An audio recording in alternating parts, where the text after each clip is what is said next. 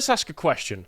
Can anybody in the world, under any circumstance you think of, be English? No. Correct. That's where I would like to stop this segment. But sadly, discourse being what it is, people are very, very stupid and people are very, very dishonest. And so we have to talk about this because it is a little bit of discourse that's been going on. I did talk about this in a daily video that we put up on the daily channel yesterday that you should watch. I thought that was a good little video, but I thought I'd talk about it a little bit more today with Lewis. I thought it'd be very interesting. But first, we've got the merch store. Buy the things on the merch store. Buy the shirts, buy the posters, buy the mugs, and they will make you a very cool person. Women will look at you differently. Men will respect you more. These are not guarantees. This is not a sales guarantee. Small print. But my opinion, I think you'd look cool in it. So there you go. Buy the stuff. So this has all been started by these kinds of accounts from people who are, foreign. This is Bushra Shaikh. I think that's her name. I don't know if that's pronounced it right. She's obviously of foreign background, and she has decided to poke the bear's nest. Poke the bee's nest. Poke the bear by saying that today I've decided to return to calling myself English because I am born in England makes me English. What made her stop? Possibly because she's not English. If you have some kind of different ethnic identity that you can identify with because of the fact that you're not ethnically English, that probably means that you're not English. Okay, because to me, English is it's much more narrow and defined than something like British, which is a civic nationality for the peoples of England, Wales, and Scotland. The Union. Yes, it's the Union, right? And as part of the British Empire, we did welcome a lot of people who were in the colonies into that kind of civic identity. Yeah, the Commonwealth, etc. But English as an identity is tied directly to your ancestry, and it's defined by being descended from the Anglo-Saxons and the Celts, because there was a lot of admixture there, because the Celts, the Britons who were originally here in the first place.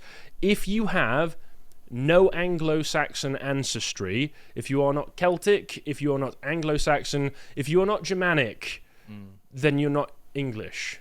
It's a very specific and defined thing, and it should just stop there. But these people like to do this, one, as an act of cultural and ethnic erasure, as far as I'm concerned, and also because of the fact that it is encouraged by the power structures that we live under, because they want multicultural, multi-ethnic England to be something that everybody can buy into.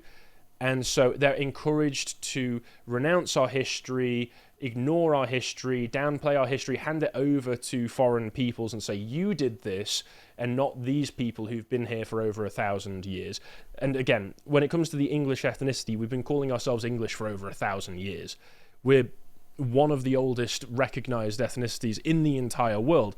It's quite interesting. It's interesting to read the history, but it's an act of demoralization. And so these people know that they can take advantage of it to piss people off and to tactically adopt this kind of civic nationalism. And it goes around quite a lot.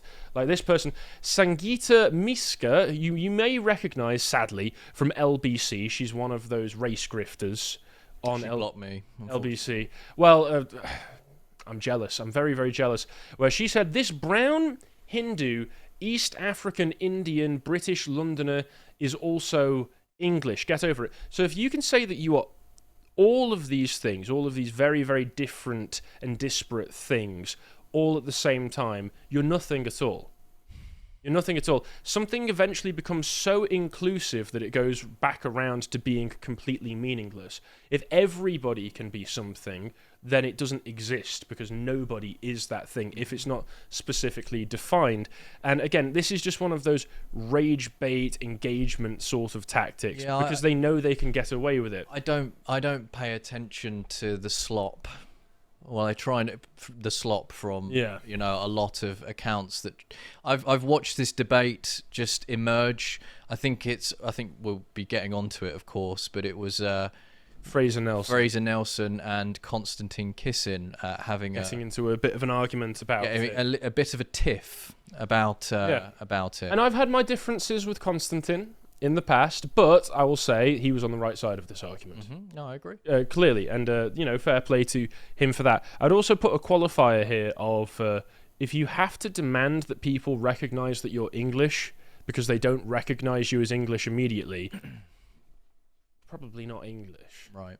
I mean, that's just a telltale sign. It's interesting because my mother's ancestry stems all the way back. The surname on her side stems all the way back to the Domesday Book that's in the British Museum. Yes. With the Normans, and I think everyone had to. There was the enormous census that William the Conqueror conducted, which took in basically all of the land that he had conquered up to that point. Yeah. And everyone had to sign a declaration saying that we own this sort of land, and finding out that your ancestry stems all the way back to there is quite compelling. It makes you feel it helps you to recognize the history that you have in your bones, because you stem back, you're rooted all the way back to then. You have ancestry going all the way back to then. These people, I mean, a lot of them have just, they're very, very recent ancestors, 1 or 2 generations ago, have just got off the boat. Now they're saying that they've been here as long as us, they built this place. It's very insulting, and it's purposefully demoralizing for a lot of people. And also, again, just maybe this is just me, but I'm a stickler for these kinds of definitional arguments, and so it really annoys me that when people try and turn English into a civic identity, when again, if you want to make the argument British because of the empire, that's a different one. English is very, very specific. Simply because you were born in England doesn't make you English. It can make you a British citizen, doesn't make you English. Yes. Same as me being born in India, I could maybe get Indian citizenship. I don't know what their citizenship laws are like over there. Or Japanese. It doesn't make me Indian, doesn't make Jared Taylor Japanese, doesn't make Rudyard Kipling Indian just because that they were born there. And this goes hand in hand with the other kind of culture that we're fed these days, as has been found on the UK aesthetics, which is the new British UK citizen that they hope that we will all become if we all dispense with our identities, dispense with our rooted histories, dispense with our culture that has developed over 1,000 years. We can all become this. Listen. Alright, so at Nando's last night, walked straight in like, man needs no menu. Just about to order when Jonesy says, do nuggets. Literally, the whole restaurant starts creasing and Layla says, are you not embarrassed? Then, boom! This guy bolts through screaming, man needs water. Gave his girl the serious ick. Big Dan's like, red flag right there. She's like, orange flag more like, brother only ordered a medium. I think that's enough of that. Yeah.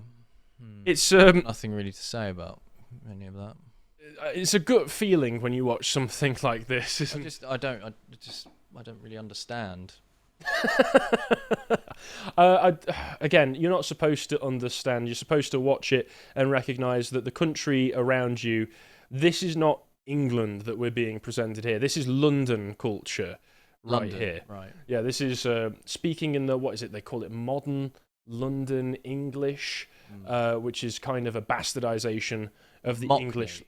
It's not even Mockney, because it's also mixed with Jamaican slang and Creole and all of these different things. And you're supposed to look at it and recognize that, okay, this is what they want us to be. And I do not submit to integrating into British UK culture. Have you been folling this account at all? I do know. I do. It's Only Druckput. Yes. I've seen it. I have followed it recently. It is rather amusing. Some of the imagery that you can find on there. But again, this is a Nando's advert. Why is... I mean, Nando's, everything else has to be folded into the cultural... It's Portuguese, isn't it, Nando's? I don't even know. Okay. I don't go there. Fair enough. I don't eat Nando's. Goodness gracious me. Not eating a Nando's? I've eaten at a Nando's, but I don't typically go there very often. It's quite nice.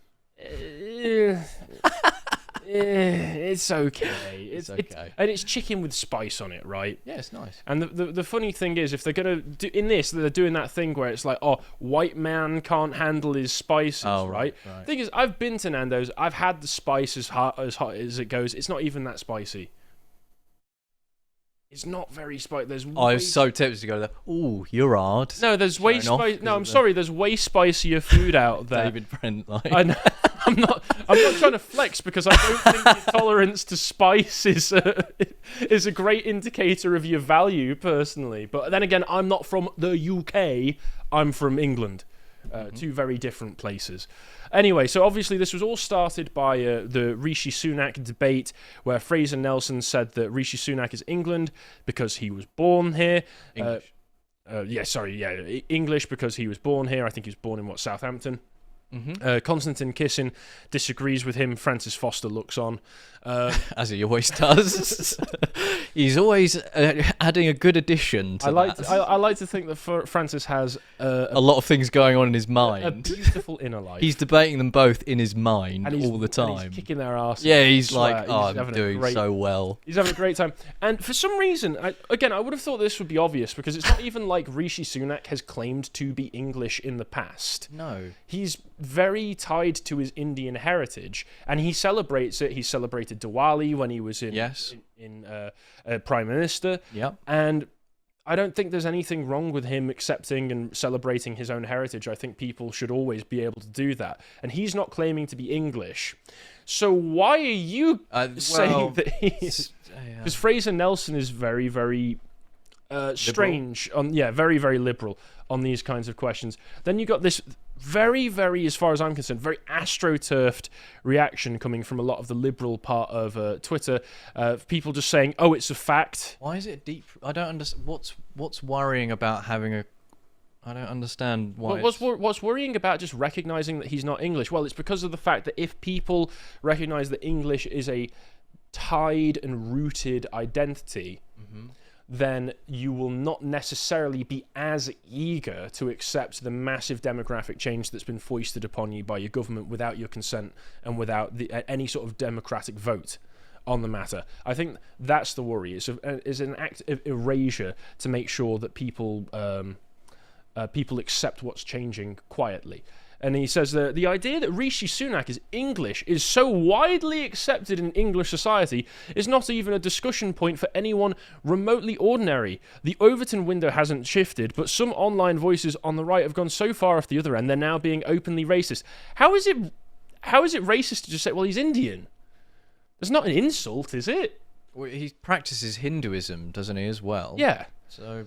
It's very, very strange, and to say that it's not like he's saying... I mean, I can make stuff up as well. If I just say, everybody in England knows that unicorns exist, it's not even a point that anybody talks about. I can make stuff up too. But it's not like... the argument is whether. It's not saying... It's not disparaging. It's not saying, X, Y, and Z bad. It's saying, this is the fact, and that's what the video was about. It was Fraser Nelson disagreeing with a fact.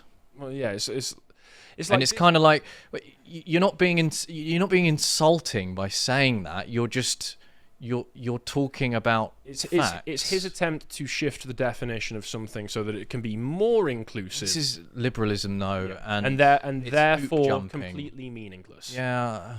That's why I don't. I did see the video.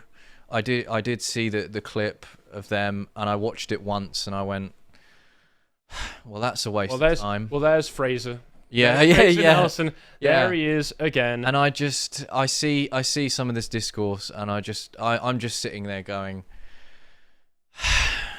and that's all I do, and then fair. Carry on. That's fair. Again, I'm a Spurg, so I have to address these things. You've got lots of people just saying, "Oh, this is you're being racist for pointing out that he's not English again." Aaron Bastani saying, "Well, I had friends who were Iranian, Iraqi, Jamaican, Russian, yada yada yada. But if you had an English accent and were born here, you were English." I mean, that's just wrong. Again, if people weren't paying attention to it in your school, then that's just what your school was. It doesn't change the facts. If everybody at your school decided that hydrogen wasn't made of H2O, then That doesn't mean that it's true. That just means that you were all wrong. And somebody posted this. I don't think I've ever seen a politician looking more English than this, to be quite honest. I don't understand what's in the rain. I think the point is, and I pointed this out yesterday, he is wet, soggy, and sad-looking. So if anything, it's a bit... That's British. It's a bit of an insult, if you ask me. Because the English in particular have been and are a very, very proud people. Now, if he was in a football shirt with a gut bursting out at a footy game, hoisting a pint, possibly I might agree with him saying that Rishi Sunak looks very English here. But just because he's in the rain and looks sad doesn't mean he looks... I don't understand. He just looks like a sad politician to me. I'm sitting here going, what are you talking about? Like, 2,000 likes. Okay. And again, it's very important to non-English people that he was the first Prime Minister of Indian descent. He said... By Parveen, was that Parveen? Yeah, this was Parveen Akhtar. Okay. Again, and if they want to be celebrating that an Indian man became Prime Minister of Great Britain, they can celebrate that. But it doesn't. Again, it's a counterpoint to the idea that he is English. He says in a 2015 interview, British Indian is what I tick on the census. We have a category for it. I'm thoroughly British. This is my home and my country, but my religious and cultural heritage is Indian, and my wife is Indian. Yeah, and that should surely settle the debate. Yeah. By him. Yeah, he was celebrating Diwali a few years ago. He immediately made a visa deal with India to make sure that lots of Indians could get into the country. That's very, very interesting. He's repeatedly said how proud he is of his Indian roots right before he went to visit India to make sure that lots of Indian visas could be agreed to. And he also says here, for the record, let me declare, as is a matter of public record, I and my family are of Indian origin. My wife and her family are Indian citizens with financial interests in India. So he doesn't even agree with Fraser. Yeah. Fraser I don't understand what this... It's all been so pointless. Well, again, I think it's... In terms of all of their rhetoric. It's important to push back on these things because I refuse to admit the erasure of my own identity. Yes. Because whether or not you want to... this is how I used to think, which was, well, it doesn't really matter. No, But the fact of the matter is, it does matter because even if you individually do not put import on it, other people do and will treat you accordingly. So you do have to acknowledge your own heritage and your own identity, if only because the way that other people will relate it to you does affect how you interact with the rest of the world, especially when all of a sudden it comes to the question of reparations, like we've been seeing recently, because surely reparations being that they're making the argument the British Empire did terrible things, therefore the people behind the British Empire have to pay reparations to the people they victimized. I see where you go. Well, if anybody can be English then, well, I'm sorry to say, Bushra, I'm sorry to say, Sangeeta, I'm sorry to say, Stella Santekidau, you all owe reparations as well, right? Because if it's got nothing to do with ancestry, if it's got nothing to do with the actions of your own forefathers, if anybody can be English, if anybody can be British, as soon as they get here, if they're born here, well, then you're all guilty too. Because all of a sudden, the identity vanishes when they want to use it for their own advantage. That's the tactical part of it. But as soon as it comes to demanding my money, all of a sudden it's the only thing that matters. So I just find that very interesting. And just to go back to Rishi Sunak as well, he is, I would also describe him as a global citizen because he has held a US green card before, and there is still the worry in the Tories that he might just move to California at some point, which I heard about that. Doing. And him and I believe his wife have, are they part of a company called Infosys? Which I believe is an Indian company as well, and it's to do with surveillance. I think that's what he was addressing in one of the discussions where he was talking about why he owned property and investment money in India. Right. As well. It was trying to explain away some of the questions that people had around those kinds of investments. And the other thing as well is, of course, if English means nothing, then the English, as the country becomes more and more diverse, cannot organise on that identity because it doesn't mean anything. Whereas Keir Starmer is just yesterday meeting British Muslim leaders from across business and civil society today to discuss his plan for change, which will improve the lives of working people across the country. So everybody else can organise to petition the government to get benefits from them, to get privileges from them. We don't exist, so therefore you can't, unless it's time to get the old wallet book out so we can pay for the evil things our ancestors did. The only person I saw responding to this, Rupert Lowe, was saying, why not just meet British leaders from across business and civil society? Maybe the farmers, for instance. Point. Very, very good point. Maybe the farmers. But, oh wait, actually, it turns out the farmers, most of them are English, and because we want to punish them, we don't want to meet with them on that basis. So we'll see what happens, but yeah, there's my take on the discourse going around here. I agree with you that it is stupid, but the means and the goals that they are aiming for by engaging in this kind of discourse are nefarious, are very bad. If you would like to watch the full uncut version that is also uncensored, head on over to lotuseaters.com to find out more.